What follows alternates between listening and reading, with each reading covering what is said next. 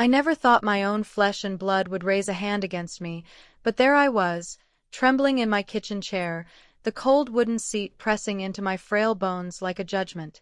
My son, Michael, his face twisted in rage, grabbed his leather belt from the counter, the one I'd bought him years ago for his birthday, and slammed it down beside the papers.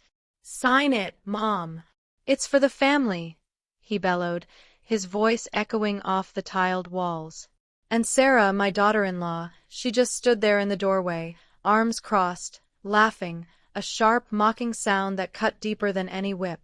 "Everything will be ours now," she sneered, her eyes gleaming with that greedy spark I'd ignored for too long.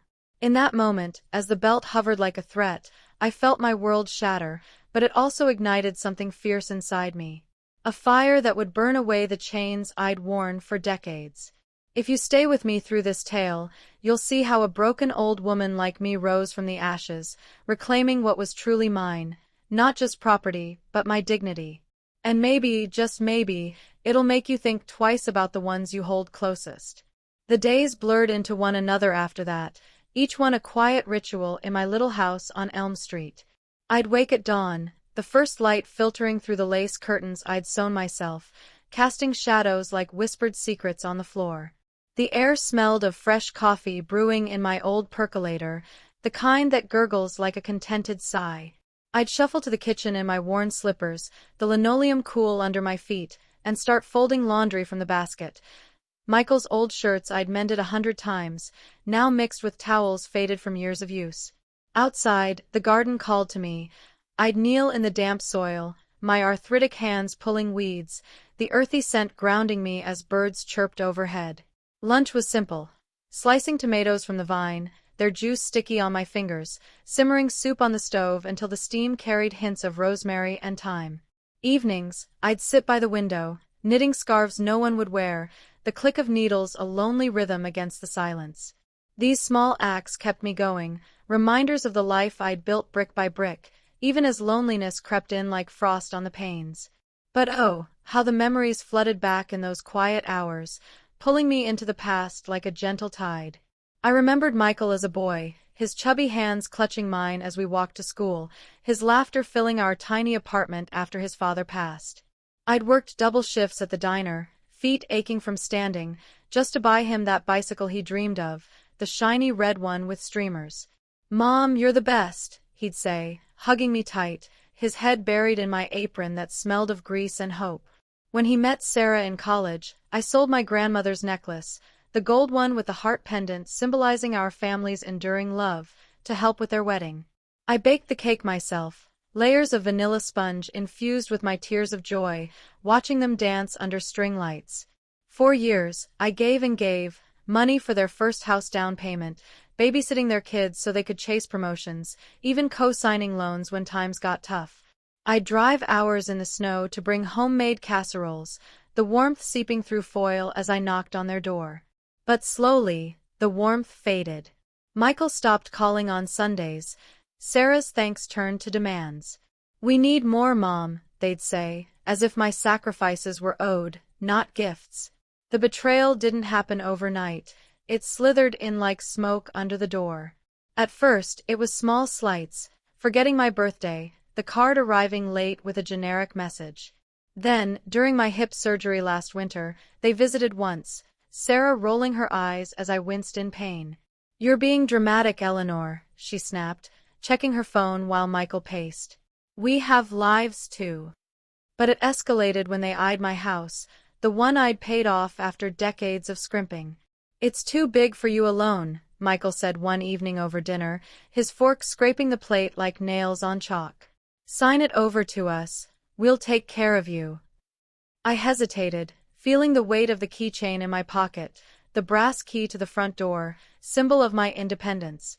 Sarah laughed then, a brittle sound. "Come on, she's old. What does she need it for?" They pushed papers at family gatherings, gaslighting me with smiles. "You're forgetting things, Mom. This is for your own good." I'd lie awake nights, the clock ticking like a heartbeat, wondering how my boy had become this stranger, entitlement etched into his features like cracks in a once beautiful vase. One rainy afternoon, As thunder rumbled outside and rain pattered on the roof like unshed tears, the realization hit me like lightning. I was staring at a broken bowl on the floor, porcelain shards from the set I'd cherished, knocked over in their last visit's haste. That bowl represented us, fragile, once whole, now irreparable. Enough, I thought, my inner voice steady for the first time in years. No more tomorrows that never come. I wasn't just a bank or a babysitter. I was Eleanor, a woman who'd survived loss and built a life. The pain twisted in my chest, a mix of heartbreak and clarity, but it fueled me. Why had I let their selfishness dim my light? In that moment, wisdom whispered, "Boundaries aren't betrayal, they're salvation." Quietly, I began my silent reclaiming. First, I called my lawyer, the phone cord twisting in my fingers like a lifeline. We redrafted my will in the dim light of his office, the scent of old books calming my nerves. Everything, the house, savings, even that old necklace I'd bought back at auction, went to charity and my distant niece who'd always checked in. No fanfare, just papers signed with a steady hand. Then, I changed the locks, the new keys gleaming cold and final in my palm. I packed their forgotten belongings into boxes, sealing them with tape that rasped like a final breath. No calls, no explanations. Action spoke louder than the words they'd weaponized against me. It felt shocking, this shift from giver to guardian of my own peace, but justified, like pruning a dead branch to let the tree thrive. The house felt lighter already, the air fresher without their shadows. The climax came sooner than expected. Michael pounded on the door one crisp morning, his fist echoing like thunder. "Mom! Open up!" "What have you done?" he yelled, Sarah beside him, her face pale with panic.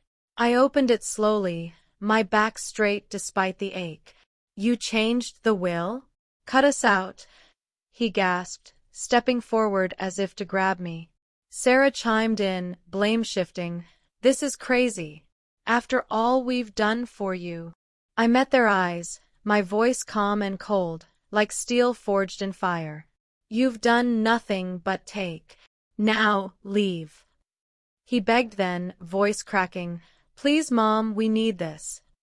But I shut the door firmly, the click of the lock a punctuation to our broken bond. Their shouts faded as they drove away, leaving only silence, and in that silence, empowerment bloomed. Now, I sit on my porch at sunrise, the golden light washing over me like a warm embrace, waves of peace lapping at my soul like ocean tides. The garden flowers bloom brighter, petals unfurling without apology. An empty chair beside me symbolizes the space I've reclaimed, not loneliness, but freedom. I found joy in small things, reading by the fire, the crackle of logs a companion, volunteering at the shelter, giving love where it's appreciated. The pain lingers, a faint scar, but it's overshadowed by wisdom earned through fire. To anyone listening, remember, dignity isn't given, it's guarded. Set boundaries before betrayal breaks you. Let go of those who drain your light, and watch how brightly you shine alone. In the end, everything is ours, not possessions, but the peace we claim for ourselves.